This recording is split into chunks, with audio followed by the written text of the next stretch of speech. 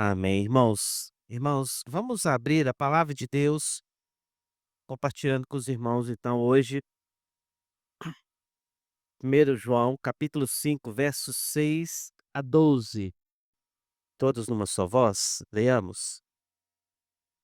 Vamos ler? Esse Jesus Cristo, não somente com água, mas também com a água e com o sangue. E o Espírito é o que dá testemunho, porque o Espírito é a verdade. Pois há três que dão testemunhos no céu: o Pai, a Palavra e o Espírito Santo. E estes três são um. E três são os que testificam na terra: o Espírito, a água e o sangue. E os três são unânimes num só propósito. Se admitirmos o testemunho dos homens, o testemunho de Deus é maior. Ora, este é o testemunho de Deus, que ele dá acerca do seu Filho. Aquele que crê no Filho de Deus tem em si o testemunho. Aquele que não dá crédito a Deus o faz mentiroso, porque não crê no testemunho que Deus dá acerca do seu Filho. E o testemunho é este, que Deus nos deu a vida eterna, e essa vida está no seu Filho. Aquele que tem o Filho tem a vida.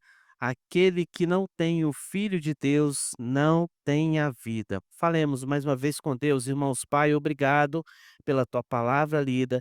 Abençoa-nos, ó Deus, nessa noite. Abre o nosso entendimento, que o Santo Espírito fale ao nosso coração. Em nome de Jesus. Amém. Irmãos, eu vou pedir à minha irmã Poliana e querida esposa a falar duas coisas. Uma que é verdade, uma que é mentira, coisas que a igreja não sabe de mim. Uma coisa que é verdade, uma coisa que é mentira. Mas você não vai falar que é verdade, que é mentira. Vamos rápido. Coisa que eu faço, coisa que eu gosto ou não gosto. Você gosta de dormir depois do almoço Hum, e gosta muito de passear não gosta de passear. não gosto Não gosto gosta. de dormir e não gosto de passear. O que você acha que é verdade, Ricardo? Qual que é a verdade, qual que é a mentira? Verdade. Eu acho que a mentira é que você não gosta de passear. A mentira? Então você acha que eu gosto de dormir de tarde, depois do almoço? E a mentira então é que eu não gosto de passear? Ih, irmãos, o Ricardo acertou ou errou? Errou, Ricardo. Eu não gosto de passear. Eu passei por causa da minha família, mas eu não gosto de passear, irmãos. E não, eu não gosto de nada, né, do que você falou. Eu não gosto de nada. Eu não gosto de passear, irmãos, eu não gosto de dormir à tarde. Eu sou do pensamento que se eu pudesse não dormir, eu não dormia. Tivesse inventar um remedinho assim: "Ó, isso aqui é pra você não dormir", não dormiria. Pra mim dormir é perda de tempo, pra Poliana é ganho. Ela dorme de tarde. Mas irmãos, por que que eu tô chamando a atenção para você e disse isso, irmãos? Sabe por quê? Meus irmãos, conhecer uma pessoa é crucial. Então você já sabe que se você ligar para mim depois do almoço, você vai me encontrar acordado, tá? Mas se for para passear, eu vou talvez pela amizade, pela companhia, mas não por gosto. Eu não gosto de passear. Mim, por exemplo, o dia que eu estou de folga ou estou de férias, meu desejo é ficar em casa. Em casa e fazer nada. Para mim descansar é isso, não é? Fazer nada? Para minha mulher não, é passear, sair. Então, irmãos, por que que eu estou chamando a atenção para você e fiz essa pergunta para Poliana? Para você entender uma coisa, que olha, como às vezes a gente se engana com a fala de uma pessoa. Nós muitas vezes, irmãos, nos enganamos com o relato das pessoas sobre outros. E olhando assim, então, acharam que eu gostava de dormir de tarde. E olhando assim também acharam que eu gostava de passear. Então os enganos e as verdades em relação aos outros também é real quando olhamos para Cristo. E quando olhamos para Cristo, irmãos, e quando vemos o testemunho daquelas pessoas que dizem o que é verdade ou o que não é verdade em relação a Cristo, também ele pode ser falso ou verdadeiro. E isso faz toda a diferença no conhecimento e naquilo que você vai pensar desse Cristo. Da mesma forma, se fosse verdade que o pastor dormia toda tarde depois do almoço, o que que vocês iam pensar? Poxa, pastor faz nada, dorme o dia inteiro. Percebe como isso muda o conceito e a visão que você tem em relação a uma pessoa? Então, aquilo que sabemos de Cristo também muda o conceito e também o que sabemos dessa pessoa. E isso chama, sabe o quê? Testemunho. A Poliana, minha filha Milena, o Gabriel e a Liz, embora a Liz ainda não saiba te dizer algumas coisas, mas eles testemunham dia a dia o que que é a minha vida dentro de casa. Como também nós observamos que o testemunho, ele pode ser verdadeiro daquelas pessoas que estão próximas. Então nós estamos lidando, irmãos, com um dos apóstolos que mais presenciou, que mais pode testemunhar em relação a Jesus, e ele vem chamar a atenção para a gente justamente nesse texto, em relação a um testemunho que nós temos de Cristo Jesus. E aqui é interessante para você entender, antes da gente entrar em si no texto, irmãos, que aqui a palavra testemunha, ela vai aparecer 3 vezes no termo marturel, né, que vem aqui a palavra marte, né, vem do termo testemunhar, vem do termo testemunha aqui traduzido. Então ela aparece 3 vezes com esse termo marturel, que dá a ideia, irmãos, de ser uma testemunha, mas de não de dar um testemunho, entende? Tem uma diferença grande entre os 2 versos, as 2 palavras que ele usa aqui no grego, porque uma ele afirma ter visto, né, o outro ele afirma ser testemunha. Então, uma ele diz: "Olha, eu dou testemunho de que ele faz isso", o outro ele diz: "Não, eu sou testemunha do que ele fez isso".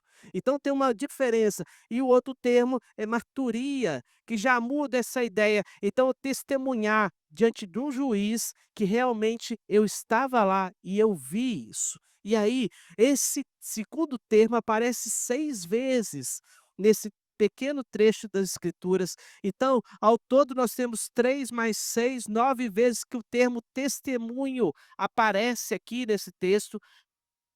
Então, João continua chamando atenção para a gente para suas repetições, né, permanecer, né, amor ao próximo, essas repetições ele é bem constante na ideia de trazer aqui um entendimento do que ele quer fazer e fixar na nossa mente que o que ele está falando é sobre o testemunho em relação a Cristo, por exemplo, o que a passagem vai nos falar. Então, em conformidade com a lei, quando olhamos para a questão da palavra testemunho, irmãos, havia necessidade que 3 pessoas dessem testemunho para 2 ou 3, né, mas 3 pessoas é aquilo que a lei determina que seja realmente algo que não se pode contestar, de uma verdade, de uma afirmação, para que você dê testemunho sobre alguma coisa. Em Deuteronômio 19, versículo 16, por exemplo, o próprio Cristo Jesus fala em Mateus 18, versículo 16, quando 2 ou 3 estiverem reunidos em meu nome, chamando a atenção a questão do testemunho, tá, de 2 ou 3 pessoas reunidas, e ali, irmãos, João vai também registrar no capítulo 8, versículo 17, a mesma expressão, quando 2 ou 3 estiverem reunidos, a ideia de 2 ou 3 ser testemunhas fiéis. E o que nós temos aqui, irmãos, é um tríplice testemunho de Cristo. Esse tríplice testemunho é bem dito dentro das Escrituras, e aqui o texto chama atenção que há um tríplice no céu e um tríplice na terra. Ele faz essa distinção aqui, né, de céus e terra, mas chamando a atenção que, olha, irmãos, se tem algo que se pode dar crédito ao testemunho daquilo que uma pessoa genuinamente fez, foi de Jesus, foi realmente aquilo que Cristo realizou. Hum. Irmãos, reverendo Hernandes, ele trazendo para a gente uma mensagem sobre esse texto, ele vai dizer o seguinte: nenhuma doutrina foi mais atacada ao longo dos séculos do que a doutrina de Cristo. Como podemos saber que Jesus Cristo é Deus? Os principais sacerdotes, os fariseus do seu tempo, chamaram-no de embusteiro. Mateus capítulo 27, versículo 63, né?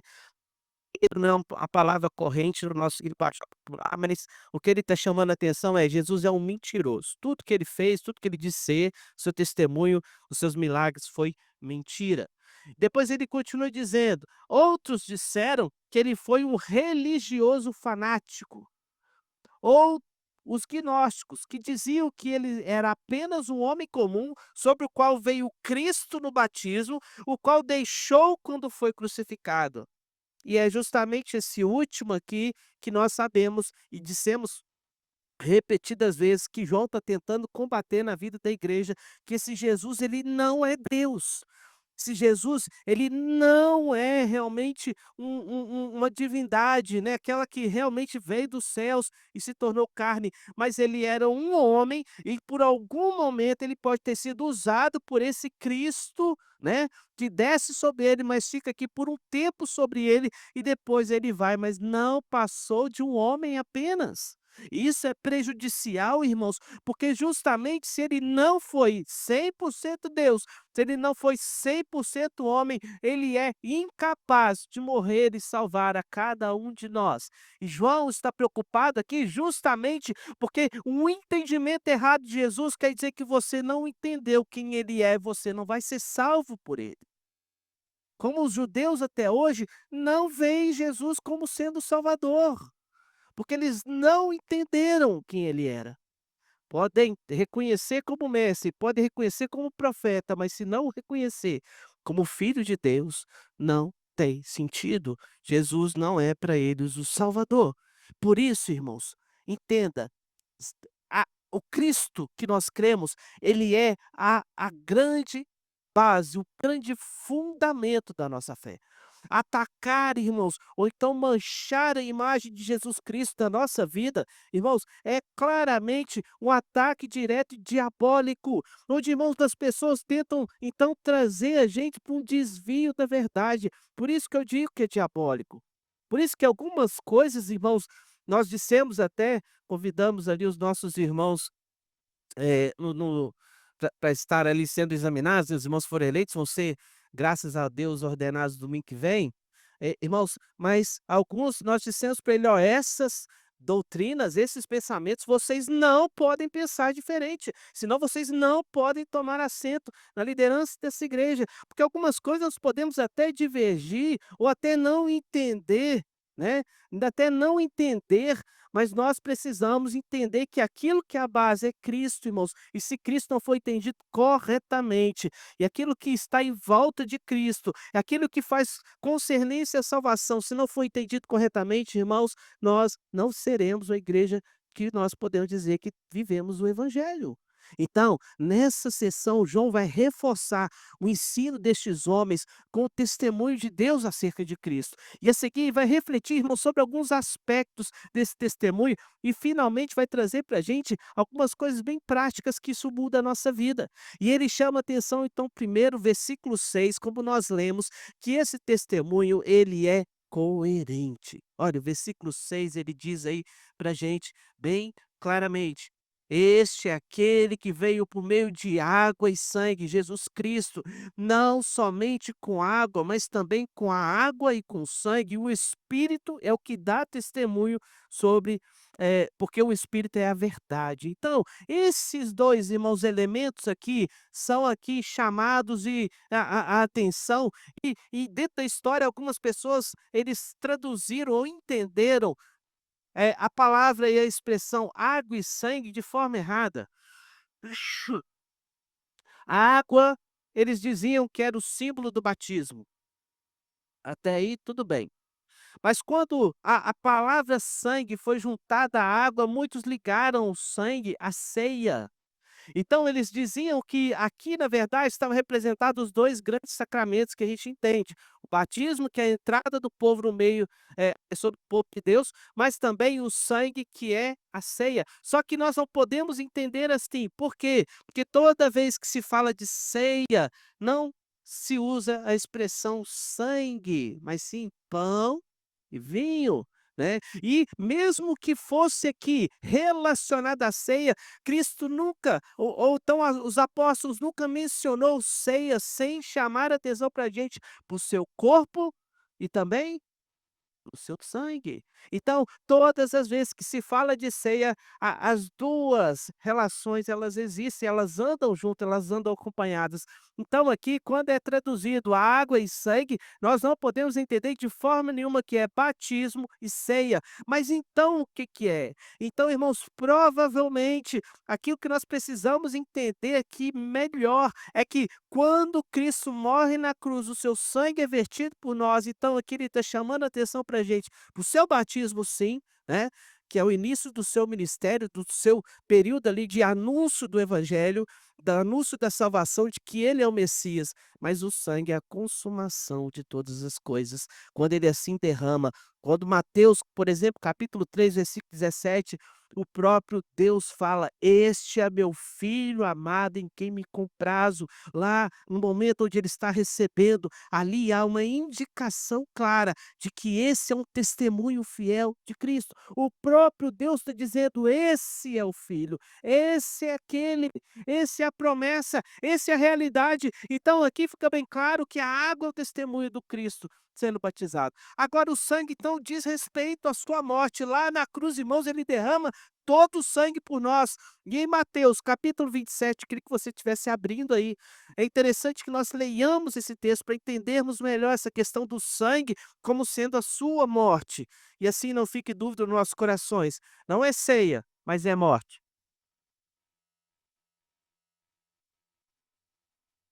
Hum. Mateus 27, o versículo 45. Se você não achou, os irmãos colocaram ali. Então, o versículo 45 diz o seguinte: desde a hora sexta até a hora nona, houve trevas sobre toda a terra. Vai comigo agora no versículo 51 a 53. Diz assim: eis que o véu do santuário se rasgou de duas partes, de alto a baixo, tremeu a terra, federam-se os sepulcros, e muitos corpos de santos que dormiam ressuscitaram, e saindo dos sepulcros, depois da ressurreição de Jesus, entraram na cidade santa e apareceram a muitos, irmãos. Então, ao falar aqui de água e sangue, irmão João também chama atenção para a gente que o próprio Deus está dando justamente testemunho dos céus, porque o próprio Deus disse: esse é meu filho. Então, em relação à água, mas ele também diz uma verdade: olha, esse aqui é meu filho que entregou a vida por você, porque houve tudo que poderia ter acontecido de sobrenatural para não deixar dúvidas no dia do advento da sua morte, irmãos, quando ali naquele momento houve grande terremoto, mortos ressuscitaram. Tudo foi, irmãos, aquele dia diferente. O céu escureceu. E essas coisas não são coisas normais. Nós vemos que é justamente a mão de Deus sobre aquele momento ali, confirmando que ali é o testemunho do verdadeiro Cristo. Tanto é que os soldados, se nós lemos o relato, vai ser bem claro que os soldados chegaram a essa consciência: olha, era o Filho de Deus. Matamos o Filho de Deus. Meus irmãos, então a coerência do testemunho está ligada aos eventos históricos. Então, o Cristo que é batizado e é morto, ambos foram testemunhas. E aqui chama atenção para você que, irmãos, que além disso, o testemunho é coerente no sentido que somente o corpo real poderia ter saído água e sangue. E o texto chama atenção que quando ele é furado, não sai o quê? Água. O sangue foi vertido já. Havia água. Então, aqui nós vemos o próprio Deus testemunhando, 3 testemunhos do nosso Deus. Mas também, irmãos, quando olhamos para esse texto, nós precisamos entender que o testemunho de Deus em relação a Cristo é um testemunho unânime. Versículos 7 e 8, voltando lá no texto, ele vai nos dizer o seguinte, versículos 7 e 8, porque muito, perdão, versículo 7 e 8.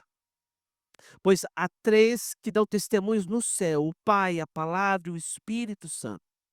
E estes 3 são um. E três são os que testificam na terra: o espírito, a água e o sangue, e os três são unânimes num só propósito.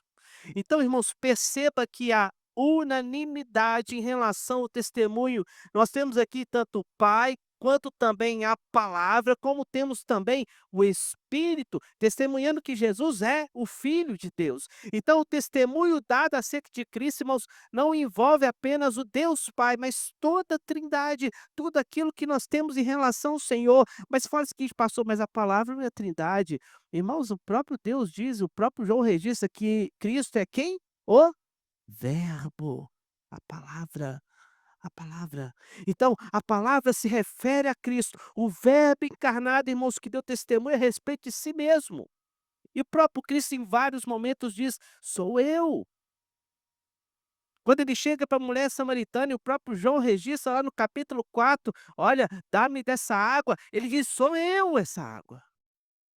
E ela entendeu muito bem o testemunho, irmãos, que quando ela volta-se, perdão, para a sua cidade, o texto diz que lá ela começa a anunciar: "Olha, eu acho que eu encontrei o profeta, eu acho que encontrei aquele que nós tanto aguardávamos, eu acho que eu encontrei, porque o que ele sabia de mim ninguém mais poderia saber". Ela entendeu, ela entendeu. Percebe, irmãos? Nós estamos falando, essa mulher ela é singular dentro do relato da Bíblia, irmãos, porque nós não estamos falando de alguém com um grande, provavelmente um grande intelecto, uma pessoa estudada, preparada, irmãos. O texto deixa bem claro que ela era uma mulher da vida, ela era reconhecida, irmãos, como uma prostituta. O próprio Deus joga isso ali e revela que ele sabe da verdade da sua vida e chama atenção para você que essas pessoas não tinham muita oportunidade de estudo, de conhecimento, mas ela entendeu, ela viu. Então, querido, você precisa entender que até as pessoas mais simples, até as pessoas, irmãos, que estejam no mais profundo do pecado, eles ainda conseguem ver e reconhecer.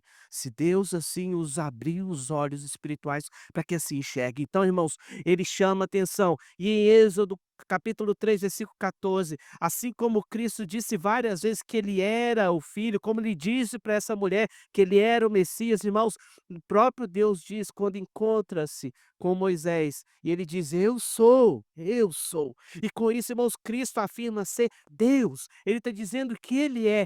O Espírito, irmãos, deu testemunho de Cristo também, quando lá em Lucas capítulo 3, versículo 22, e ali desceu no batismo, como já dissemos, e por meio também dos grandes milagres que a palavra de Deus vai registrar, irmãos, que Cristo não fez nenhum milagre até que ele recebesse o Espírito Santo do Senhor, testificando que ali havia alguma coisa diferente. Testificando também que o mesmo Espírito que estava sobre ele, estava também nos vários profetas dentro da história que fizeram grandes obras. No próprio Moisés que citamos, e ali havia a presença do Espírito de Deus sobre a vida daquelas pessoas. Tanto que era o grande temor de Davi, né, no Salmo 51, não retires de mim o teu Espírito. Testemunho da Trindade a respeito de um só. Ele é o Senhor Deus. Não há divergência entre eles. Eles concordam. Então, assim também nós entendemos que esse testemunho, irmãos, em um terceiro momento eu chamo para você que ele é verdadeiro. Versículo 9, ele diz assim, olha, versículo de número 9. Se admitirmos o testemunho dos homens, o testemunho de Deus é maior. Ora, este é o testemunho de Deus. Melhor deixar.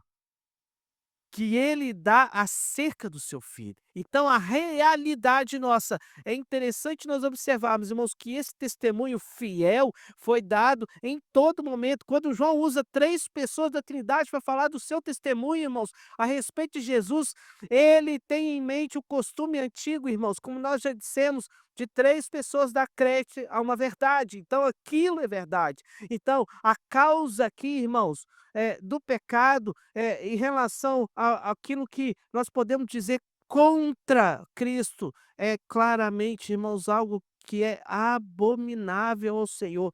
Todo aquele que se levanta e distorce a imagem de Cristo é um pecador. E esse pecado, irmãos, é terrível. Por isso, querido, por isso, e, por exemplo, Aí chamando atenção para minha igreja, para sua igreja, para a igreja que nós congregamos. Irmãos, nós só consideramos uma igreja seita, que ela não é genuinamente cristã, quando Cristo não é o fundamento. Quando Cristo não é a base, quando Cristo não é, irmãos, o pilar dessa fé. E aqui Cristo é para nós a base do nosso crer. Se aceitarmos testemunhos de homens, irmãos, falsos, irmãos, quanto nós entendemos que esses testemunhos não são de acordo com a palavra de Deus, nós vamos, irmãos, claramente nos voltar para o engano. E aí, eu lembro você que realmente nos últimos tempos serão assim. Pessoas vão distorcer a imagem de Cristo, distorcer o evangelho para que eu e você nos afastemos do Salvador.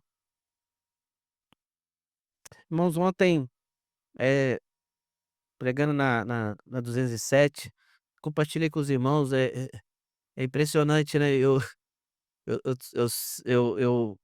sigo um rapaz lá no Instagram que ele põe algumas coisas, assim, em relação a Cristo, né, e algumas distorções de algumas igrejas. E aí ele colocou lá um vídeo de uma igreja e um monte de jovem, e os jovens se apresentando.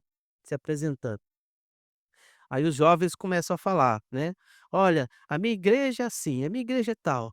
E ele começou: "Lá vai começar as heresias". Aí ele colocou: "Irmãos, aí", um dos jovens falou assim: "A nossa igreja é a igreja do Novo Testamento. Nós não pregamos o Antigo Testamento, porque o Novo Testamento que é o testamento fiel de Cristo. O Antigo Testamento já não é pra gente". Eu falei: "Meu Deus". Aí depois ele começou: "Irmãos, ó, o nosso Jesus é um Jesus de amor, então ele aceita todo mundo. Jesus não julga ninguém, ele veio para salvar, ele não veio para morrer só para alguns, veio morrer por todos, então todos são salvos".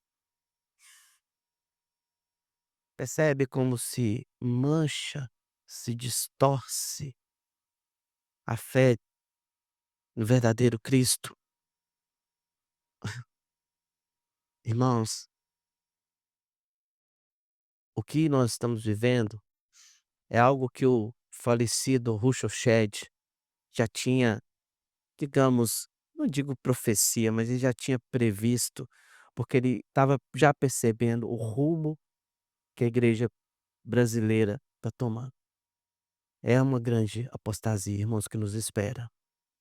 É uma grande apostasia, porque são poucos que estão verdadeiramente buscando Cristo, pregando Cristo.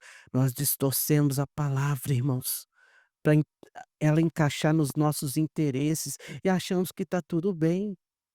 E achamos que, porque pegamos um texto, distorcemos a imagem de Jesus, que aquele Jesus do nada virou uma pessoa aceitável, que aceita todo mundo.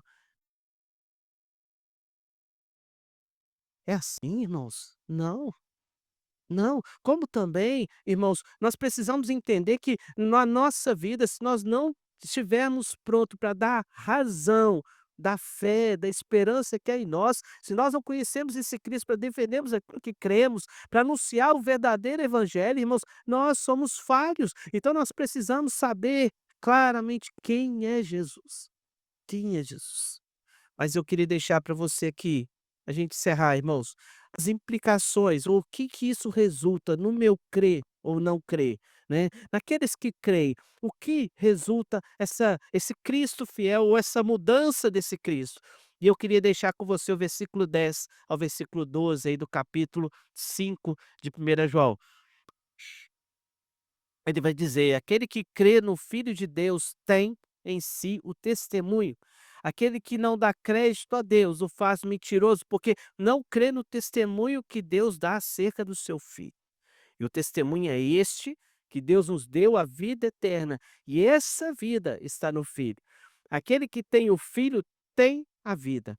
Aquele que não tem o Filho de Deus não tem a vida". Então João vai finalizar, irmãos, aqui, a sua fala em relação a esse testemunho, evocando para nós a necessidade, irmãos, de entendermos quem é esse Cristo que nós temos apresentado na sua palavra. João finaliza então chamando a atenção que os efeitos práticos do crer ou não está envolvido com a relação à palavra do Senhor e salvação, desse tríplice testemunho que a palavra dá. Então, aquele que passa a crer, irmãos, no testemunho de Deus, na mensagem do evangelho, passa a fazer sentido.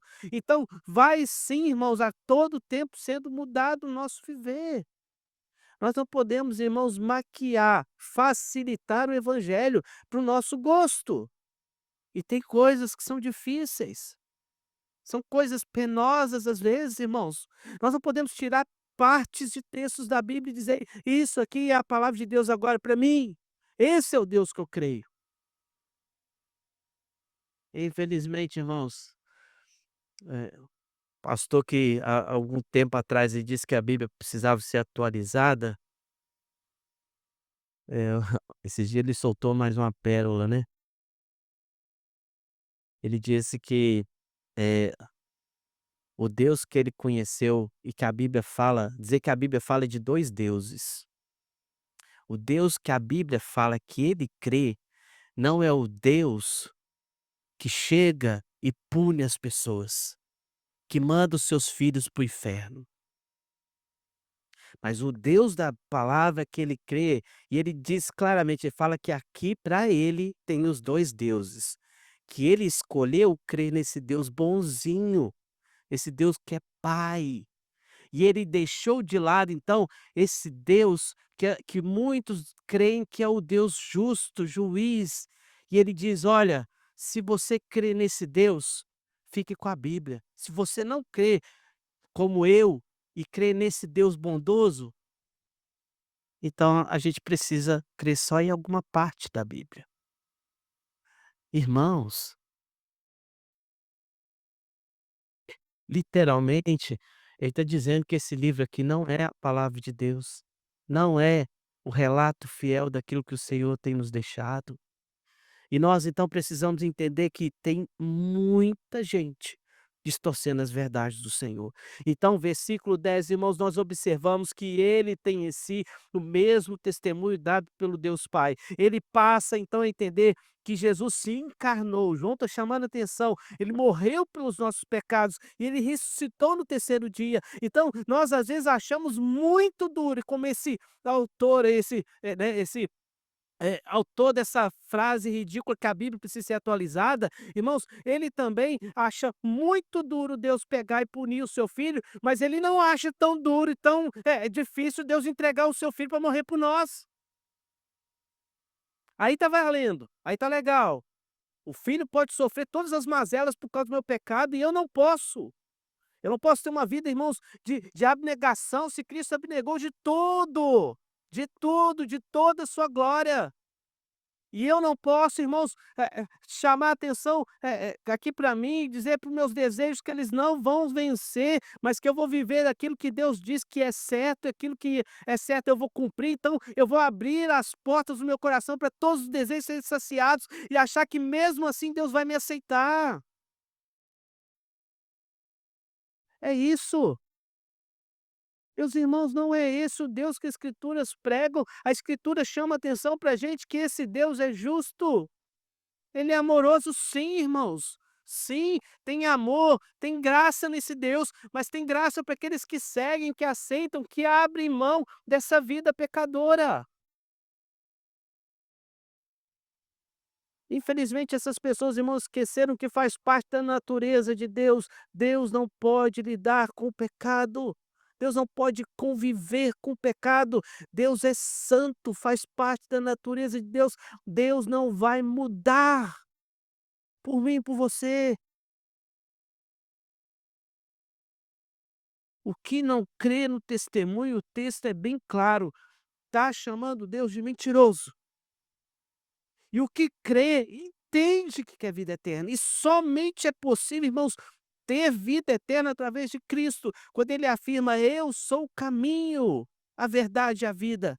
Ninguém vem ao Pai senão por mim". Ele está deixando bem claro e ele fazendo ali testemunho de si, dizendo que ele é a única forma de nós alcançarmos o Senhor, de nós irmos a Deus. E assim, irmãos, aquele que quer que Cristo tem em si a vida eterna, então também não está morto espiritualmente, mas reviveu.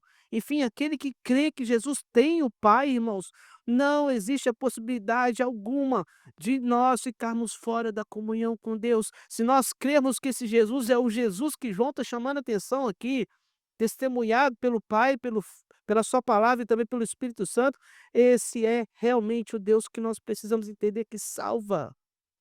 Esse é o Deus que salva. Esse é o Deus que transforma. Então, o testemunho de Deus, irmãos, sobre o Filho Jesus é abrangente e eficaz. Ele é coerente, ele envolve a Trindade, irmãos, e isso é unânime, eles são unânimes em declarar. Isso também chama atenção para gente, que é verdadeiro, porque o nosso Deus não é Deus para mentir. Da boca dele não sai verdades e mentira ao mesmo tempo, mas ele é justo, ele é correto. Então, para que se tenha comunhão, é preciso crer no testemunho daquele que morreu para me salvar. Para que se tenha comunhão, é preciso entender que ele morreu e ressuscitou, e também na sua ressurreição eu tenho esperança de vida eterna. É importante entender também que o Salvador que morreu, ele morreu pelo meu pecado. E para encerrar, eu queria dizer para você, querido, se você hoje tem vivido a sua vida achando que o pecado não incomoda Deus, que Deus olha para você e te aceita do jeito que tá tudo bem, é assim mesmo.